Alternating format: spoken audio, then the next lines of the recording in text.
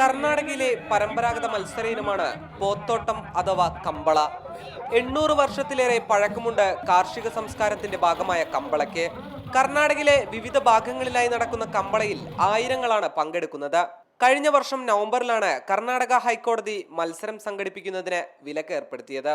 ജല്ലിക്കെട്ടിന് തമിഴ്നാട് സർക്കാർ കൊണ്ടുവന്ന ഓർഡിനൻസിന്റെ ചുവട് പിടിച്ച് കർണാടകയിൽ കമ്പള നിലനിർത്താൻ സർക്കാർ നടപടി സ്വീകരിക്കണമെന്നാവശ്യപ്പെട്ടാണ് പ്രതിഷേധം ആരംഭിച്ചിരിക്കുന്നത്. Now we are fighting in the High Court. High Court single judge already given judgment fair for us. Then it gone to division bench. Now Chief Justice is handling this. We expect justice will get from the court. Dakshina Kannada ഉൾപ്പെടുന്ന മംഗളൂരു, ഉടുപ്പി മേഖലകൾ കേന്ദ്രീകരിച്ചാണ് കമ്പള നിരോധനം നീക്കണമെന്നാവശ്യപ്പെട്ട് ബഹുജന പ്രക്ഷോഭങ്ങൾ നടക്കുന്നത്.